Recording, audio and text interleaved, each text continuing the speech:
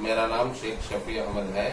मैं government degree college पानवंचा से हिंदी अध्यापक हूँ। हमारा जिला भद्राद्री कोत्तगुडम है। मैं तेलंगाना राज्य से आता हूँ।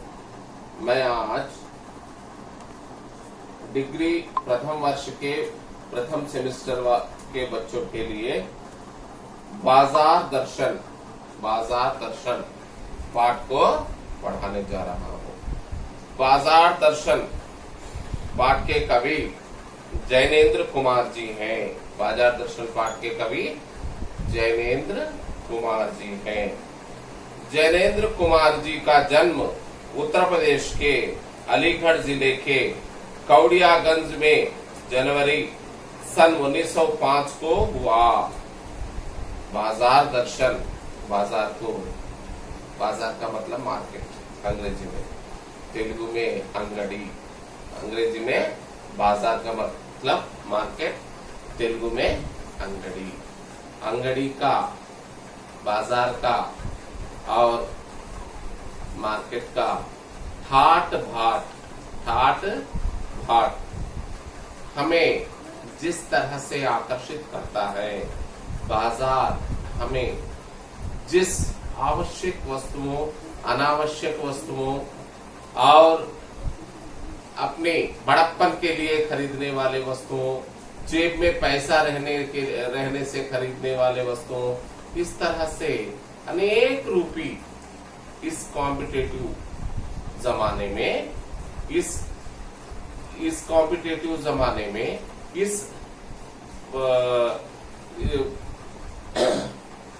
जनता के भागने वाले जमाने में, जनता आज बैठ कर नहीं रह रही, खड़े कर नहीं रह रही, भागने वाले जमाने में बाजार जनता को जिस तरह से आकर्षित करता है, उसका कविवर जैनेन्द्र कुमार जी ने बहुत अच्छा वर्णन किया है। इसमें कविवर जैनेन्द्र कुमार जी का वर्णन, कवि परिचय। जैनेन्द्र कुमार जी का जन्म उत्तर प्रदेश के अलीगढ़ जिले के कौड़ियागंज में जनवरी सन 1905 को हुआ।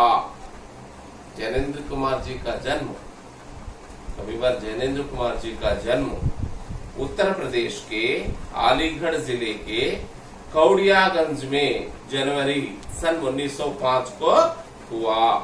उनके बचपन का नाम आनंदी लाल था। जैनेन्द्र कुमार के बचपन का नाम आनंदी लाल था। जन्म के 2 साल बाद जब उनके पिता की मृत्यु हुई, जन्म के 2 साल बाद जब उनकी पिता की मृत्यु हुई, तो माता और मामा ने उन्हें संभाला। उनकी माँ और उनके मामा ने जैनेन्द्र कुमार को संभाला। आनंदी लाल, जैनेन्द्र कुमार का बचपन का नाम आनंदी लाल। जब आनंदी लाल को 2 वर्ष की आयु में उसके पिता पर चल बसे, उसकी माँ और उसके मामा ने उसका पालन पोषण किया। हस्तिनापुर के गुरुकुल से शिक्षा लेते समय उनका नाम जैनेन्द्र कुमार रखा गया। उन्होंने हस्तिनापुर माने दिल्ली, हस्तिनापुर के गुरुकुल में शिक्षा प्राप्त करते समय उनका नाम जैनेन्द्र कुमार रखा गया, लेकिन उनका नाम तो आनंदी लाल था। प्रेमचंद के बाद हिंदी के सबसे महत्वपूर्ण कथाकार के रूप में जैनेन्द्र कुमार अत्यंत चर्चित रहे हैं। कवि सम्राट, कहानी सम्राट, कथा सम्राट प्रेमचंद के बाद निर्जीवों के और निर्बलों के समस्याओं को उजागर करने वाले कवि प्रेमचंद जी के बाद दूसरा स्थान जैनेन्द्र कुमार जी को आता है। नारी मनोविज्ञान पर आधारित उपन्यास और कहानियां लिखने में इन्होंने अभूतपूर्व क्षमता दिखाई है। नारी, हिंदुस्तान में स्त्री का दूसरा स्थान होता था। स्त्री को अबला समझते थे, स्त्री को अबला समझते थे, शक्तिहीन समझते थे। ऐसी नारी उद्धारण के लिए नारी आधारित उपन्यास और कहानियां लिखने इन्होंने जो अभूतपूर्व दक्षता दिखाई है वह अतुलनीय है, वह अतुलनीय है। जैनेन्द्र कुमार की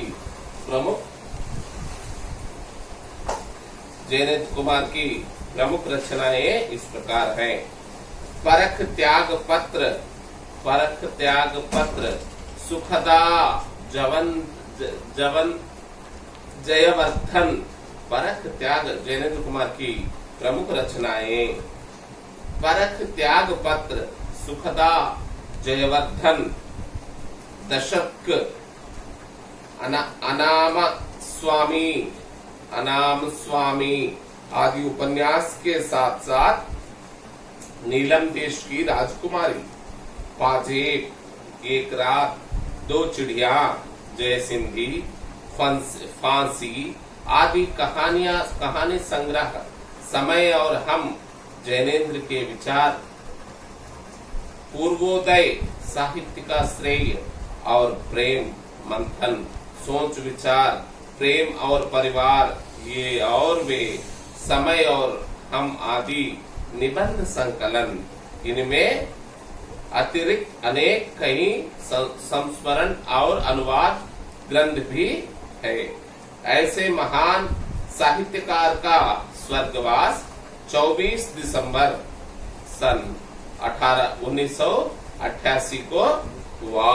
ऐसे महान कवि, महान लेखाकार, महान समाजोद्धारक का निधन 24 दिसंबर सन 1928 को हुआ। अब जैनेन्द्र कुमार के कवि परिचय के बारे में हम लोग जान लिए। जैनेन्द्र कुमार के कवि परिचय के बारे में संक्षेप रूप से हम लोग जान लिए। अब बाजार दर्शन पाठ को हम समझेंगे। प्रस्तुत पाठ बाजार दर्शन में जैनेन्द्र कुमार ने समकालीन भौतिकवादी दृष्टि का मजाक उड़ाया है। जैनेन्द्र कुमार ने यह रचना व्यंग्य रूपी रचना लिखी है।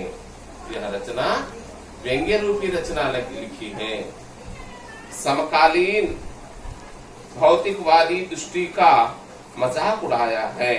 आज की जिंदगी में मानव बाजार ही हमारे तमाम कार्यकलाप, रीति नीति, आचार विचार आदि को, आज के जमाने में हमारे तमाम कार्यकलाप, रीति नीति, आचार विचार आदि को नियंत्रित करता है।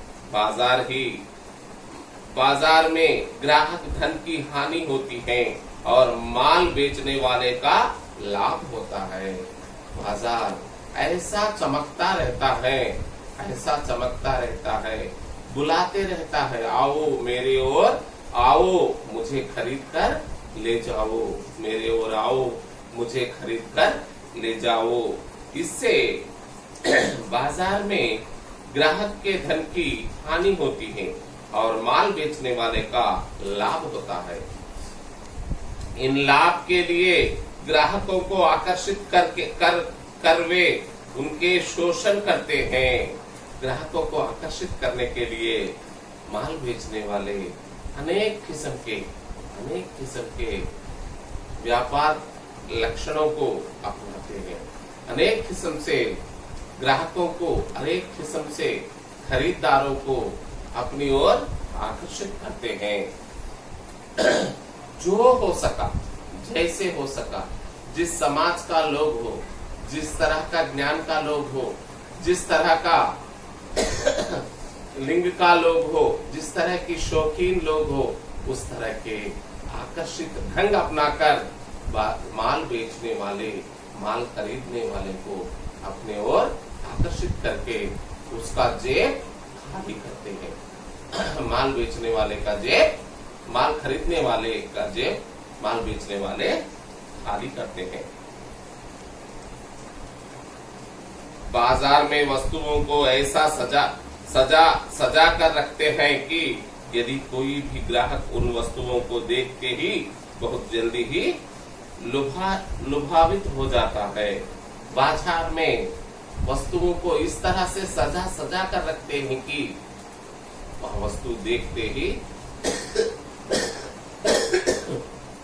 वस्तु खरीदने वाला उस वस्तु की ओर आकर्षित होता है।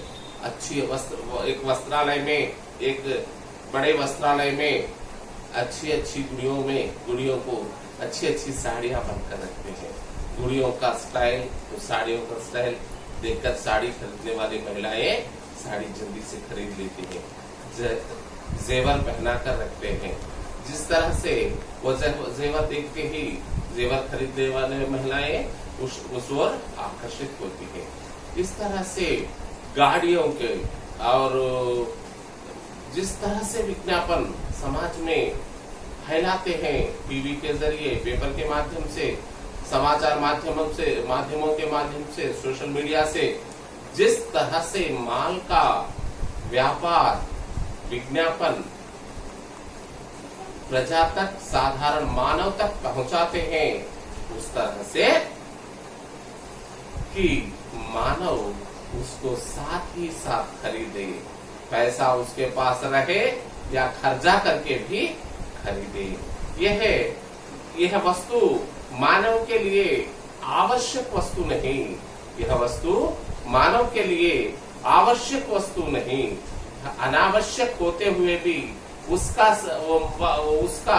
शौक, उसका ढंग, उसका टाट भाट देखकर अपना जेब खाली कर लेता है ग्राहक, खरीदने वाला। बाजार में वस्तुओं को देखते ही बहुत जल्दी ही लुभावित हो जाते हैं। ग्राहक का भी यह नहीं सोचते हैं कि उनके पास जितना धन आता है उतने में पहले उनकी जरूरतों को पूरा करें। जो जरूरत चीजें हैं, जो जरूरत आवश्यक चीजें हैं, जो जरूरत होने वाली चीजें हैं, ऐसी चीजों को भी ना समझकर मानव बाजार में जो आकर्षित होता है उसको, उसकी आकर्षण में डूब जाकर, उस नशा में डूब जाकर, उस बाजार की नशा में डूब जाकर वस्तुएं खरीदते रहता है। लेकिन वह जो भी वस्तु बाजार में दिखेगी, तमाम पैसे खर्च करके उन चीजों को खरीदता है। लेकिन जो भी वस्तु उसे बाजार में दिखे, तमाम पैसे खर्च करके, जेब में जितने पैसे हैं, जितना माल है, उतना माल खर्च करके वह वस्तुएं खरीदने लगता है। अर्थात बाजार एक शैतान के जाल जैसा है। बाजार एक शैतान जैसे जाल बिछाकर, एक शैतान जैसे जाल बिछाकर एक मानव को हड़प कर खाने की तैयारी करता है, उसी तरह से बाजार भी एक शैतान की जाल की तरह जाल बिछाता है। ऐसा होता सामान आता है, ऐसा हो तो सामान आता है। वह सामान भी जरूरत की तरफ देख कर नहीं आते, पर अपनी परचेजिंग पावर के अनुपात में आया बाजार हमेशा अपनी ओर आमंत्रित करता है। अपना परचेजिंग पावर माने खरीदने की क्षमता जितनी भी हो, वह कम हो ज्यादा हो, लेकिन बाजू वाला वो चीज खरीदा, हम भी वो चीज खरीदना चाहिए। वह लोग इस मकान में रहते हैं, हम भी ऐसे मकान में रहना चाहिए। बाजू वाला ऐसे कपड़े पहनता है, हम भी इस तरह से कपड़े पहनना चाहिए। लेकिन अपनी आमदनी का कोई भी नहीं सोचता, अपनी आमदनी का कोई भी नहीं सोचता, अपनी परचेजिंग पावर का ध्यान ही नहीं रहता। मानव को अपनी परचेजिंग पावर का ध्यान ही नहीं रहता, अपनी जिंदगी का ध्यान ही नहीं रहता। जो जरूरत चीज है, जो आवश्यकता वाली चीज है, जो अनावश्यकता वाली चीज है, उसका भी ध्यान नहीं रहता। बाजार में एक जादू है, जेब भरी हो और मन खाली हो, ऐसी हालत में जादू का असर खूब होता है। जेब भर पैसा हो, मन खाली हो, घूमना चाहता हो मन, और बाजार में ऐश करना चाहता हो, ऐसी समय में बाजार आदमी को बहुत लुभाता है। बाजार आदमी को बहुत लुभाता है। सब कुछ खरीदने के लिए उसकी ओर आकृष्ट करता है। अपने में जो भी है सब कुछ खरीदने के लिए उसकी ओर आकर्षित करता है। सब कुछ खरीदने के लिए उसकी ओर आकर्षित करता है। बाजार में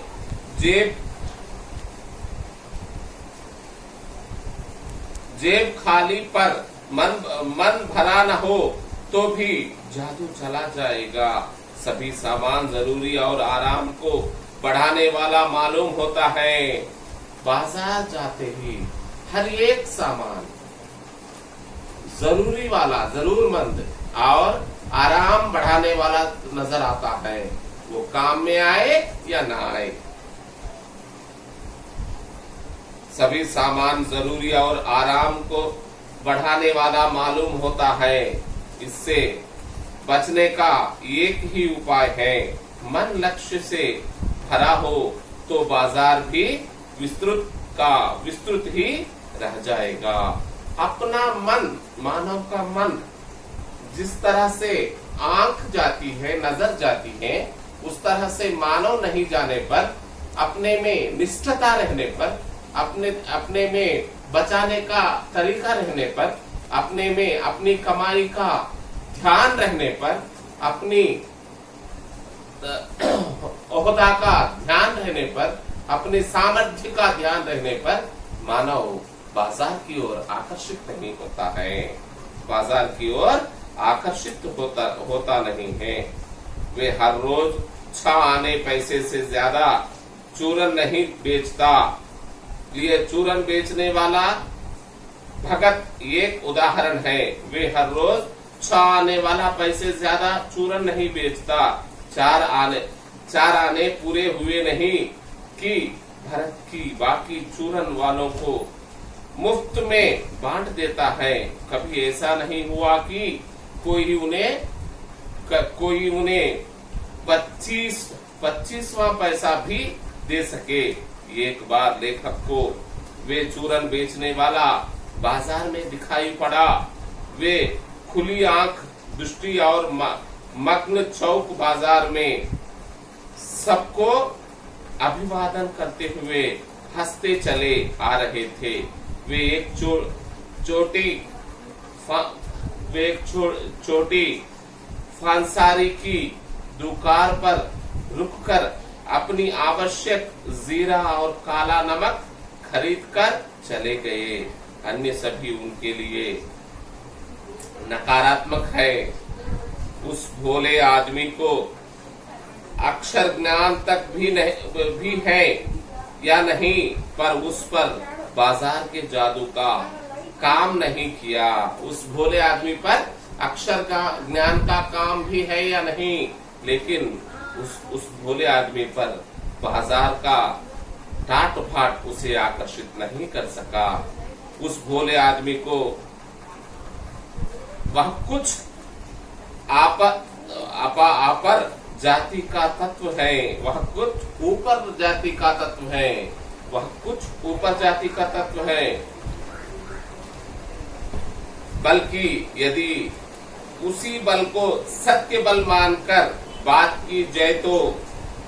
किया जाए तो कहना होगा कि संचय की तृष्णा और वैभव की चाह में व्यक्ति की निर्मलता ही प्रमाणित होती है। निर्बल ही धन की ओर झुकता है, वहाँ अबलता है। बाजार को सार्थकता भी वही मनुष्य देता है जो जानता है कि वह क्या चाहता है और जो नहीं जानता है कि वे क्या चाहते हैं। अपनी परचेजिंग पावर के गर्व में अपने पैसे से केवल एक विनाशक शक्ति, शैतानी शक्ति, व्यंग की शक्ति ही बाजार को देती है। वे लोग बाजार का बाजारूपन बढ़ाते हैं, बाजार का बाजारूपन बढ़ाते हैं, जिसका मतलब है कि कपट बढ़ाते हैं, अर्थात ग्राहक और बेचने में परस्पर सद्भाव घटता है। एक की हानि में दूसरे का अपना लाभ होता है। ग्राहक बेचने वाले का लाभ होता है, खरीदने वाले का नष्ट होता है। और यह बाजार का बल्कि इतिहास का सत्य माना जाता है। ऐसे बाजार को बीच में लेकर लोगों में आवश्यकताओं का आदान प्रदान नहीं होता, बल्कि शोषण होने लगता है। तब कपट सफल होता है, निष्कपट शिकार होता है। कपटी सफल होता है, निष्कपटी शिकार होता है। ऐसे बाजार में मानवता के लिए विडंबना है कि और जो ऐसे बाजार का पोषण करता है उसका अर्थशास्त्र भी मायावी कपटिलिस्टिक शास्त्र है। वह अर्थशास्त्र अनित्य शास्त्र है।